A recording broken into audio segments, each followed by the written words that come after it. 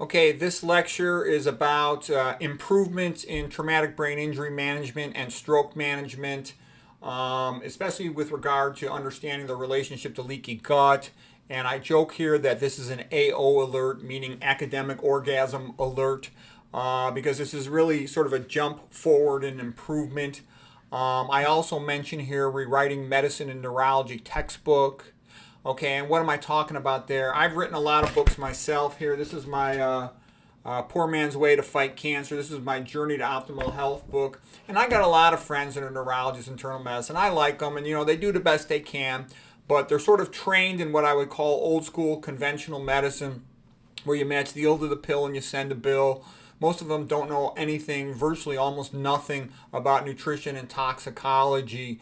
And what happens, when you say, why does a doctor not know that? Because what happens is once they finish residency and fellowship, they're kind of worked into the ground. They're exhausted. They just have barely a little bit of energy and time left over, for their families. And that's pretty much it. Most doctors don't read the medical literature. They just do what they have to do. Continuing medical education is a joke. You can go to some course, sign your name in, and then go to the beach all day and get credit, okay? And I am going to gloat a little here because I've made another intellectual discovery. And I'm also going to tell you, also why do I gloat a little bit? Because you could read one of my books and you'll learn more than you will reading a 2,000-page medical textbook. Medical textbooks are a joke. If you have a friend at Harvard or something, tell them I said that. The Harvard textbooks are a joke, and I'd be happy to debate them on that anytime. And I also get annoyed because some people sometimes give me a hard time. They say, oh, your books are unprofessional because you make too many jokes. Some of your jokes are inappropriate, And I'm like, you know what? The reason I make jokes in my books is because people can't handle biochemistry, okay?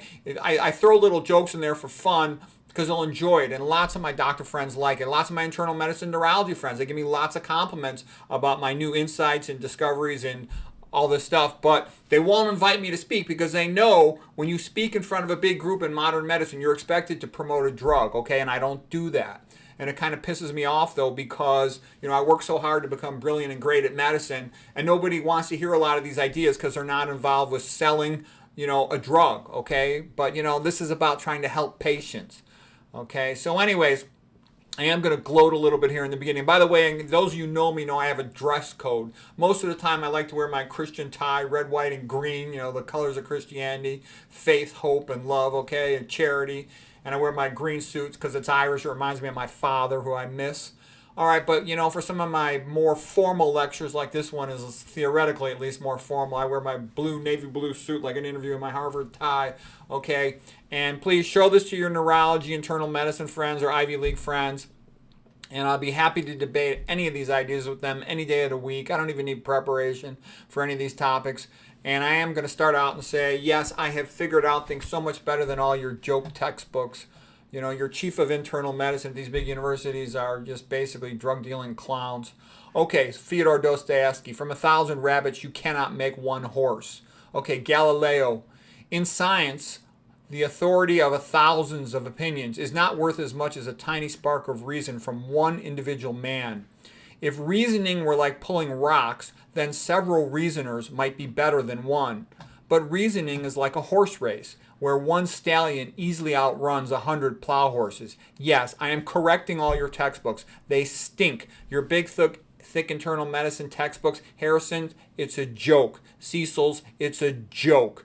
The neurology textbooks, 1,500, 2,000 pages, they're a joke. Okay? Nathan Pritikin, he said, Watson and Crick just correctly interpreted experiments that were already done. The point of the matter is there's tons of information out there in the medical literature, most of it done by PhDs, but they're not able to put it all together. That's a big part of why stuff doesn't ever get communicated to a larger number of people. And, that's one of the things. Nathan Pritikin was great at putting stuff together. I'm great at putting all these things together. I can read in all the different fields, all right? So anyways, I've advanced the knowledge, the understanding of atherosclerosis, of how to raise IQ, how to prevent dementia with Rogers' theory of neurovascular uncoupling for dementia as a cause of dementia, of spinal degeneration by extending what was known about ischemic spinal degeneration, as well as the chemicals that damage collagen and contribute to the same thing, like fluoride and glyphosate. summarizing and creating a new staging system for diabetes. And now here I am, I'm improving post-traumatic brain injury and stroke management, okay? Traumatic brain injury stresses the body. When it stresses the body, you get elevation of all the stress hormones. Increase cortisol, increase catecholamines, your adrenaline, noradrenaline, which is the same thing as epinephrine and norepinephrine. And the intense catecholamines will cause some vasoconstriction of the intestinal tract to the point almost of causing ischemia. And they, in addition, the effects of cortisol as well, you'll get a decreased intestinal mobility from the almost ischemic-like effect and some potentially some additional hormone-related effects, autonomic nervous system effects. You'll get leaky gut. So that's a big deal. After an acute stroke and after traumatic brain injury, you get leaky gut, which that affects management because the so-called golden hour, you can make it a golden day, week, or year. You then want to do everything possible to minimize leaky gut and to minimize injury to the brain. You have a stroke, and let's say this is your stroke, this red circle, and then around it, all this tissue, like my hand, that would be the penumbra. Penumbra means twilight. So this is all brain tissue that's at risk to be also infarcted, to die. And so you want to do everything right so you maintain good blood flow to this penumbra around there. So we're talking about saving the penumbra. Traumatic brain injury simultaneously increases blood-brain barrier permeability and gut permeability. And an ischemic stroke does the same thing. So the point of that is, right with the acute injury, you now are at big risk for extension of that injury because once the gut has increased permeable, that means toxins that get through the gut lining can now travel to the brain. And because with the acute injury to the brain, you now have increased blood-brain barrier permeability, meaning not only do you got more toxins coming through the gut, more of them are actually getting into the brain tissue, the brain parenchyma. Okay, and this can include things like the translocation of bacteria from the gut across the intestinal lining, the enterocytes, into the blood. Okay, and then bacterial toxins, LPS from gram-negative bacteria, that's lipopolysaccharide, LTA from gram-positive bacteria, lipoteichoic acid. And you'll also get long chains of amino acid sequences, especially if you're eating meat, that can be very harmful because you'll have molecular mimicry in the sense that animal protein sequences can mimic those of a human, such that when you form antibodies to them, because the amino acid sequence of the animal protein is similar to that of a human protein, they can then cross-react and cause an autoimmune damage to the human body itself. Okay, so that's called autoantibody, molecular mimicry with autoantibody cross-reactivity. It's a mechanism of autoimmune disease. So what I'm explaining here, there's a component of autoimmune disease effect that you can get in the post-injury phase of traumatic brain injury and of ischemic stroke. And of course, now when you understand this, I'll go into this a little more detail in a moment once I get into the whole theories of neurovascular uncoupling, but you can imagine that there's a lot of things you could eat in the foodstuffs themselves, obviously caffeine, but these other ones as well will be likely to increase the risk of damaging more brain tissue, damaging more penumbra. Traumatic brain injury can be anywhere from very mild to very serious. You can have brain fog, anxiety, depression, and chronic repeated brain trauma quite often greatly increases the risk of Parkinson's disease. Everybody thinks Muhammad Ali, Alzheimer's disease, chronic traumatic encephalopathy. And you look at chronic traumatic encephalopathy, okay? You'll read in these books and they're still saying, oh, Mediterranean diet. Look, when anybody who says the Mediterranean diet, it shows they're an ignoramus, okay? And this is what big famous medical centers, like out in Boston, they're going to recommend Mediterranean diet for head trauma patients. I feel sorry for these NFL football players go to them and they don't even know what they're talking about. They're being absolutely conformist and stupid, okay? Mediterranean diet, it allows alcohol, it allows animal protein, it allows high-fat food, oils. It's a terrible diet. It's for stupid chumps, okay? And that gets recommended by the so-called best medical centers in the United States. That's why I'm calling them clowns and jokes, okay? They don't know what they're talking about. They suck, okay? All right. And that's kind of the price you pay. If you want to work in the system to make money and get promoted in the system, you have to do conformist, narrow-minded, stupid stuff that doesn't help the patient. If you're like me and you do stuff that helps the patient, you're sitting here talking by yourself on a YouTube video that'll be lucky to get a couple hundred views, okay? But it's the truth, and anybody who knows anything about these fields can double-check it, okay? The brain does release some things after acute injury, some proteins. One of the things that's important to get across is that traumatic brain injury is not just an acute disease, it's also an ongoing disease and a bit of a chronic disease. It's variable in how much the patient improves over time. How long does a traumatic brain injury last? One paper says more than 7 days. Other ones say 60 days. They still found sequela from traumatic brain injury related to the gut.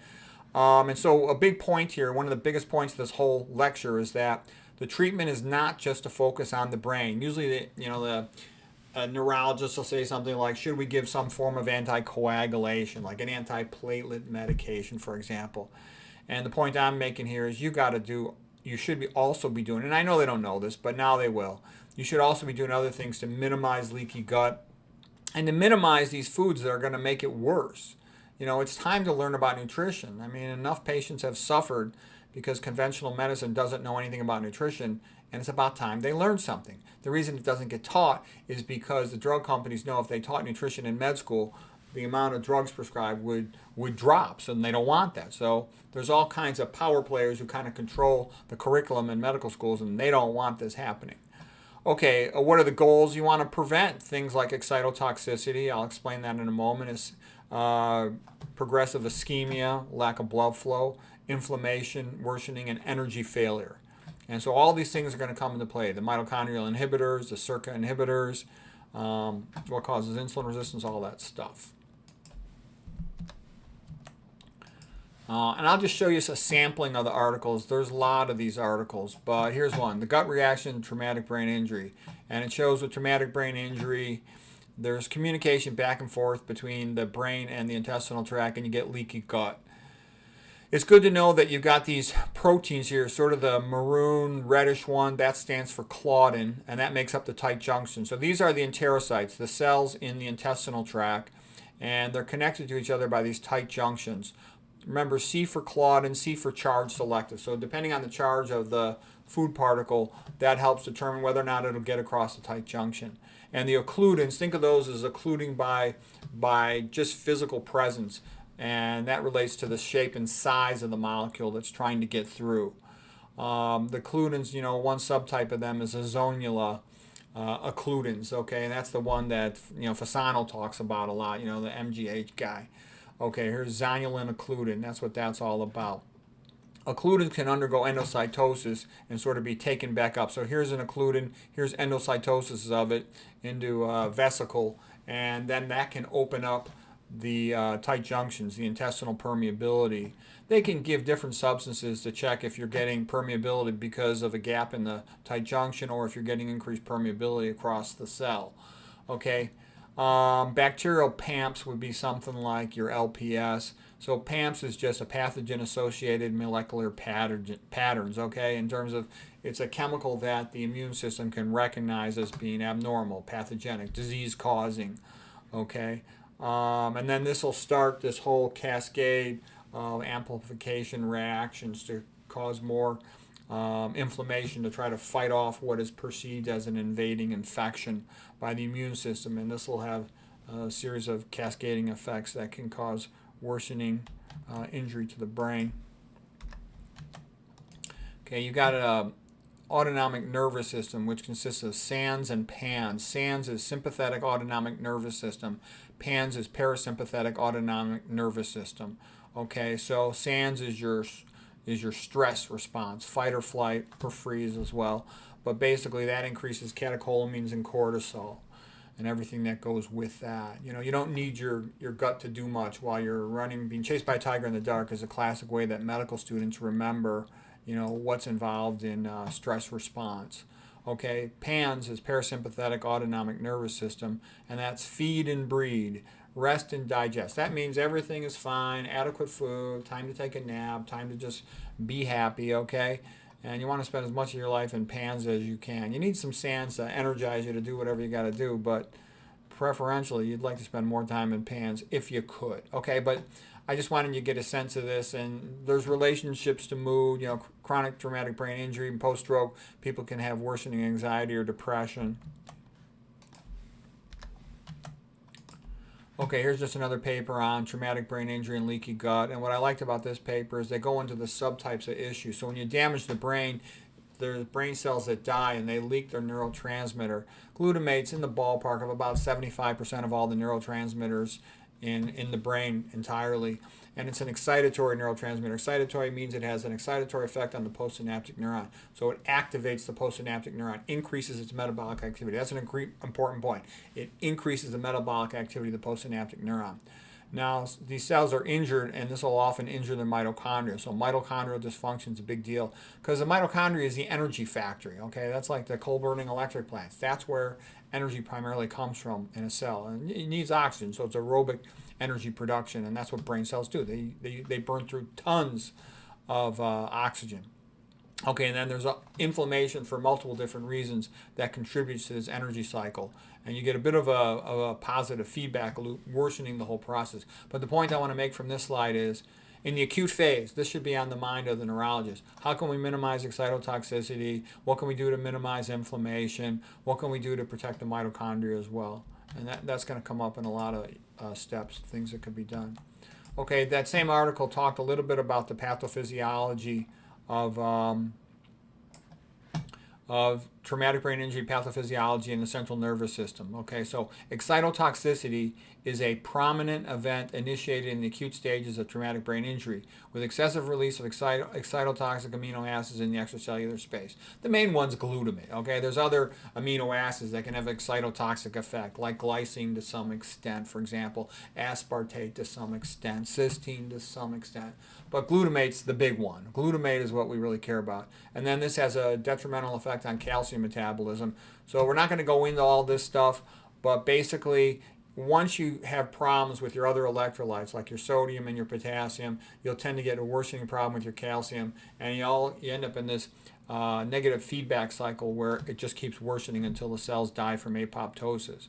And the other point we'll make is traumatic brain injury with acute leaky gut can lead to, you get inflammation in the blood, you get increase in acute phase reactant proteins from the liver like fibrinogen, and that creates a prothrombotic effect, especially if it's in the context of increased free iron, where you'll get ferrous redox cycling. You can get an amyloidogenic effect whereby you're more prothrombotic, and you can also be changing proteins, just like you do with the fibrinogen, and you increase the clot formation.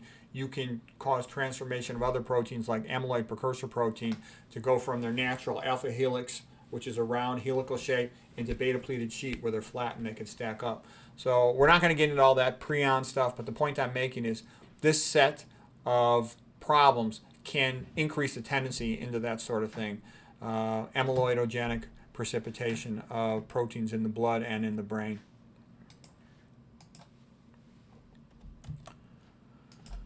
Okay, now we're going to talk about another article. Oh, I think I went to. I want to go back. I think I went to article. Okay, yeah. Here's what I wanted to show. So here's just an article showing basically a similar thing happening with ischemic stroke. Ischemic stroke and intestinal flora insight into the brain-gut axis. Okay, ischemic stroke causes leaky gut. There's a whole bunch of articles that document that ischemic stroke causes leaky gut. This just had the best illustration, okay? So after suffering a stroke, and this is what I mean by there are articles out there. I found 3 very quickly about ischemic stroke causing leaky gut, but I've never in my life met a neurologist, and I know lots of neurologists. I talk to neurologists all the time that's aware of this. I never met a single one. And I've had tons and tons of conversations with neurologists about acute stroke patients. I never once heard this mentioned, the leaky gut component of it all, okay? And where this sort of came out of is I had a patient, it's actually a physician patient, who had a traumatic brain injury and asked me to start reading about leaky gut and figured out what was the connection between leaky gut and traumatic brain injury. And so then I started pursuing it. A lot of times it's, in retrospect, it's obvious. Why wasn't I reading about this years ago?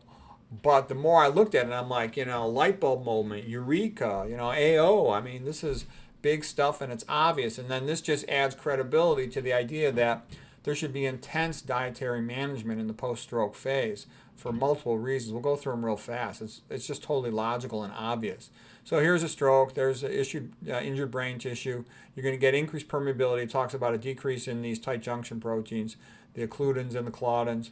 Okay, and you're going to get increased LPS. That's the endotoxin from the gut bacteria getting into the blood and then causing prothrombotic effects on the brain, on the blood that potentially will cause ischemia due to its prothrombotic effects on the penumbra. So here would be the stroke, sort of the black tissue, if you will, and then it would be bigger, but there'd be a gray penumbra around, a twilight, meaning, so the real dark brain here is dead brain caused by ischemic stroke, and the adjacent brain is penumbra, meaning ischemic, meaning it has a lack of blood supply, but it's not dead. It's just not functioning very well, but it could potentially come back to normal.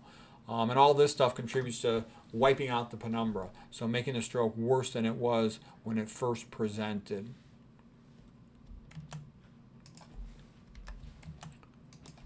Okay, so here high fiber foods protect the brain. They found that the high fiber foods, we know that the gut bacteria convert them into short chain fatty acids.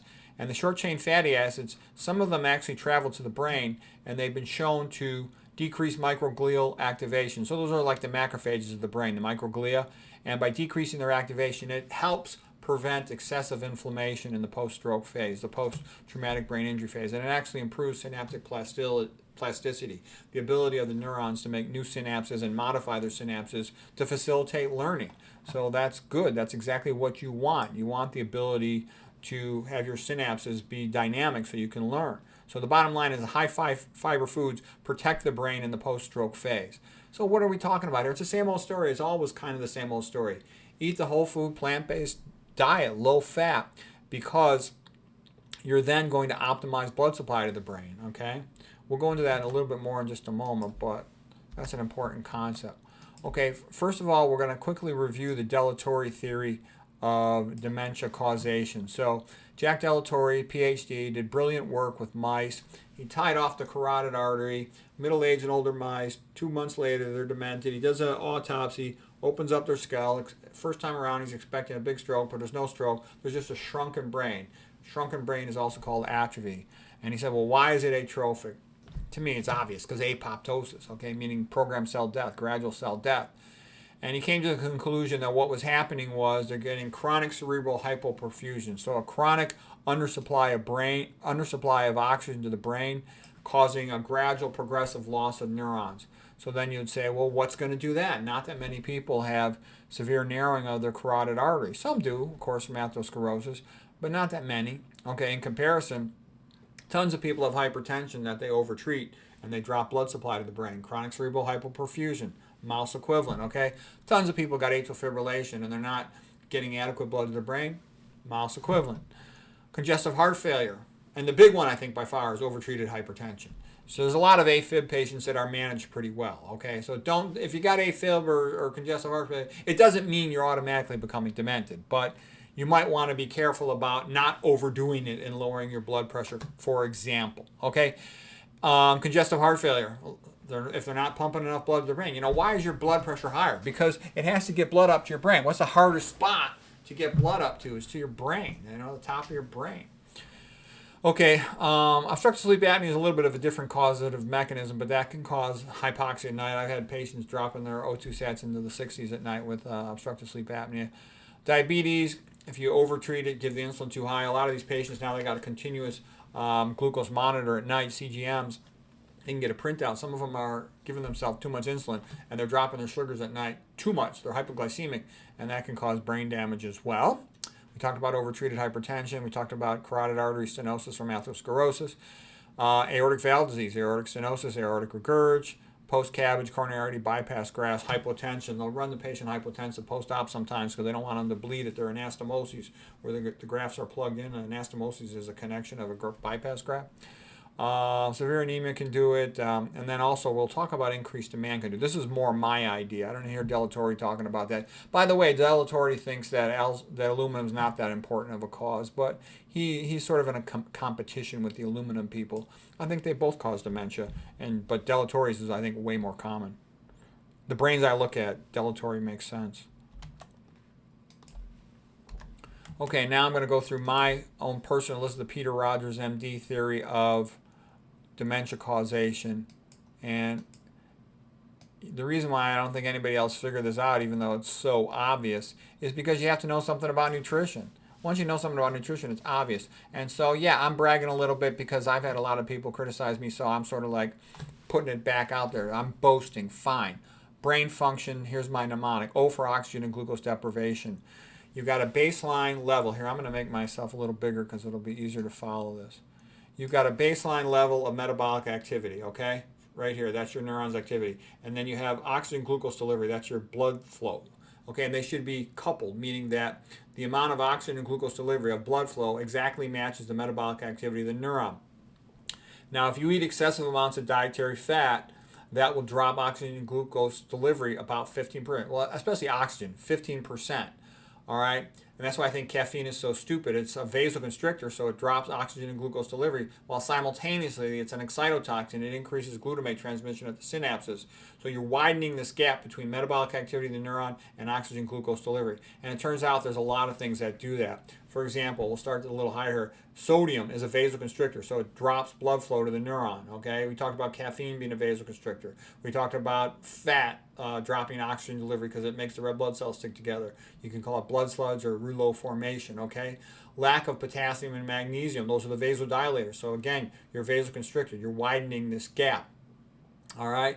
And then, plants do a lot of good things. They give you the vasodilators of potassium and magnesium. They provide antioxidants to handle oxidative stress. The magnesium blocks the NMDA receptors for glutamate.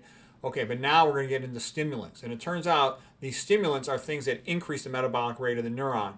And even if you got a so-called dopamine stimulant, things like cocaine, things like some of your psychiatric drugs, increasing dopamine. Well, guess what? A lot of these dopamine stimulants, they also indirectly then increase glutamate, and they have an excitotoxin effect, okay?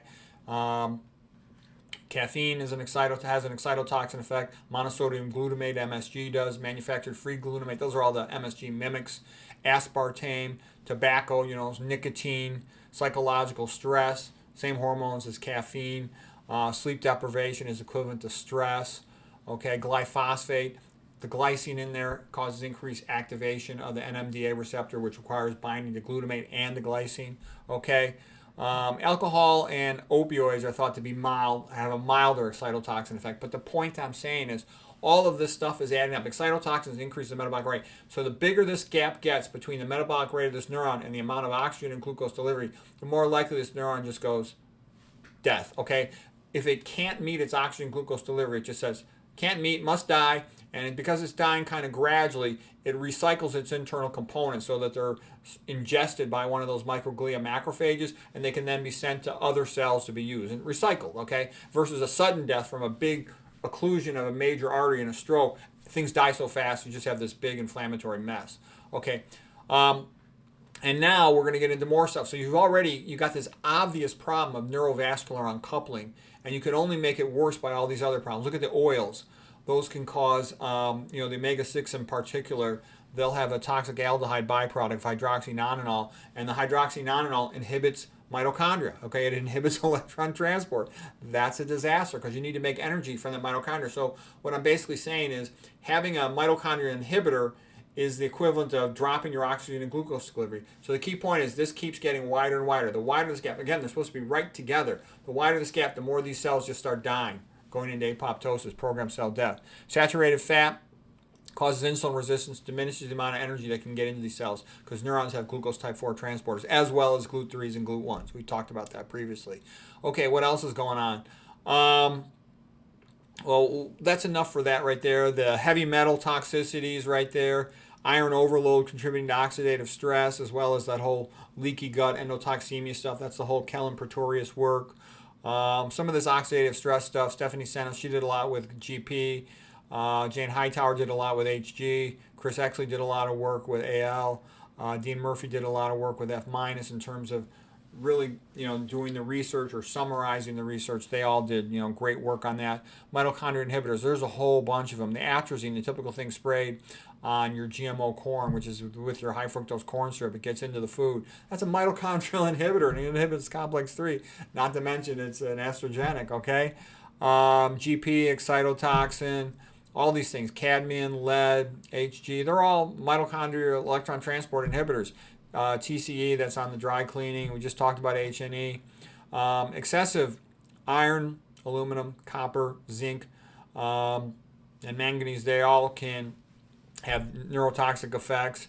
Some medications, Tylenol is toxic to mitochondria. I wouldn't give Tylenol to a patient in this context. Okay, I think Tylenol is very overrated as a drug. Statins can have an inhibitory effect on coenzyme Q function. Some of the other medications, valproic acid, propofol. That's also why I said, I went for colonoscopy many years ago. I don't even go anymore because my risk is so low. But when I did, I refused anesthetic because I'm always afraid of these drugs. They can have effect on your brain. Leaky gut. We talked about leaky gut, how you would want to prevent that. So make sure you're feeding the patient a lot of fiber. Other things that can cause leaky gut, the emulsifiers in processed food. That's why I would never eat any processed food anymore. Vegetable oils cause leaky gut. Chloride kills bacteria. So you got chlorinated water. That's why you want to filter it first. That wipes out bacteria in your gut, increases your risk of leaky gut, getting bad bacteria that eat away at the mucous lining of the gut. F-, okay, GP, antibiotics, alcohol, NSAID medicines, nonsteroidal anti-inflammatories, things like ibuprofen and all these other things. They can all contribute to leaky gut. I rinse my dishes off if they've come through the dishwasher because I don't want that detergent on there. High fructose corn syrup, excessive stress. Yeah, we talked about stress causing ischemia of the gut and contributing to leaky gut. Miscellaneous neurotoxins, just like the things like hexane, which is routinely on GMO soy. There's this new preservative thing. I would stay away from that. Okay. All right, and now here's just an article talking about that a lot of these drugs of addiction and abuse, most of them have they increase glutamate. They have an excitotoxic effect. So here it is for cocaine. Yeah, it's primarily a dopamine drug, but it increases NMDA. Okay, glutamate release. Nicotine, stimulant, increases glutamate. Okay, here is alcohol, and it's not as extensive as these first two, but it does. Here is an opioid, one of the opioids. There's a whole bunch of them. It also increases glutamate transmission there. Okay, now here's a page just showing a bunch of the mitochondrial inhibitors, and it's almost scary to look at this. So this is what you depend on to produce all your energy, and look at all these things. This is why I don't go to dry cleaning anymore. This is why I would never use liquid paper. This is why I don't ever work with degreasing chemicals. If you have to work with powerful cleaning chemicals or other chemicals, open the door and air the place out, ventilate the place, okay? HG, which has a tendency to sometimes get into high fructose corn syrup, the processing component when they push it through a chloralkali vat. Okay, these pesticides, these things like rotenone and paraquat, or paraquat can be associated with. Propofol, that's why I'm not a big fan of some of these anesthesias. I don't want them for myself. If I can avoid them, I'll avoid them. GP inhibiting complex 2, statins inhibiting coenzyme Q. Cadmium, cadmium comes off the brakes. That's another reason why, for example, I won't sit at a sidewalk cafe next to a busy street because I don't want to be inhaling the cadmium coming off the brakes or the diesel exhausts. Okay. Atrazine, we talked about that inhibiting complex 3. Lead, PB, plumbism from the plumbing pipes in ancient Rome. Okay, F- inhibiting complex 4, hydroxynonenal from the omega-6 oils, toxic aldehyde inhibiting ATP synthase. You can get excess free iron within the mitochondrial matrix, contributing to a Fenton reaction to produce free radicals that subsequently damage the inner mitochondrial membrane through what's called lipid peroxidation. If you have excessive amounts of any of these common transitional metals, especially copper, iron, and zinc, those can cause problems. Okay, and aluminum is a little more complicated, but it also can end up having harmful effects on the mitochondria. So, that's why I say the smart way to be is to kind of be like Adam and Eve, but keep your indoor heating and plumbing. Be simple. When you simplify, you make yourself more resilient. You don't need processed food. You don't need all these fancy chemicals. You don't need deodorant, all these personal care products. And you just minimize your exposure to any toxic chemicals, okay?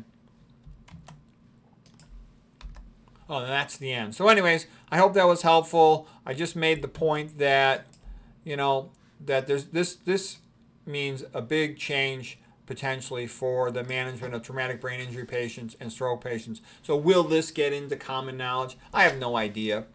Probably not. There'll be a lot of resistance and stuff, but there'll be a few smart ones, and I'll hopefully talk through those. I wish I had more time. I'd like to write all these textbooks and be able to, but I work full time, and I throw these textbooks together but I don't have time enough to promote them. I don't have time to do more, which I would like to do. But anyways, here it is. So if anybody really wants to learn, that's what I figure. Like a lighthouse is what my YouTube channel is. And if they kick me off of YouTube, I'll go to the other channels. Is that basically I'm making this information available. You know, you don't have to be a fat, sick chump. There's a lot of things a person can do, and there's giant improvements for a lot of doctors out there. They're frustrated because their patients never get better. And I'm showing ways you can get better results with all this stuff. So it's there. Hopefully this will help you or someone you care about.